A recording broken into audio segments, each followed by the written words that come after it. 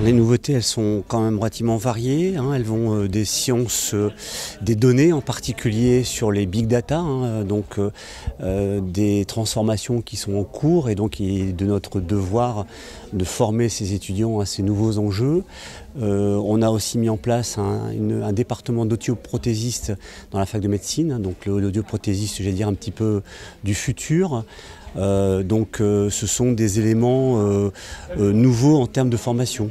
C'est bien, encore une fois, notre rôle de service public de se mettre en phase avec les grands enjeux de la société. Dont cela en particulier, mais il y en a bien, évidemment bien d'autres. C'est plutôt une année, on va dire, d'affirmation, de consolidation.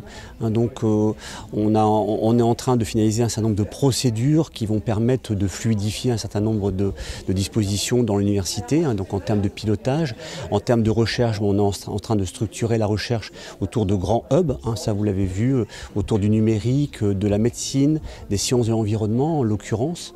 Et donc cette offre de formation qui, elle, par contre, va connaître une année un peu de transition, puisque notre contractualisation avec l'État commence en janvier 2020 et donc nous demande à être en phase en septembre 2020, et donc une année un peu de transition pour un petit peu revoir l'ensemble de ces formations. Les inscriptions sont encore en route, on ne perçoit pas de grandes variations. Donc ça c'est important, on aurait pu imaginer une chute violente du nombre d'étudiants non européens, on ne constate pas. L'État nous a décrété en fait un taux maximum d'exonérés de 10%, c'est ce que j'ai piqué, mais mécaniquement nous accueillons, pour faire simple, 5500 étudiants non européens. On peut en exonérer qu'à peu près 3000. Et donc évidemment, il faut qu'on mette en place un dispositif de frais différenciés.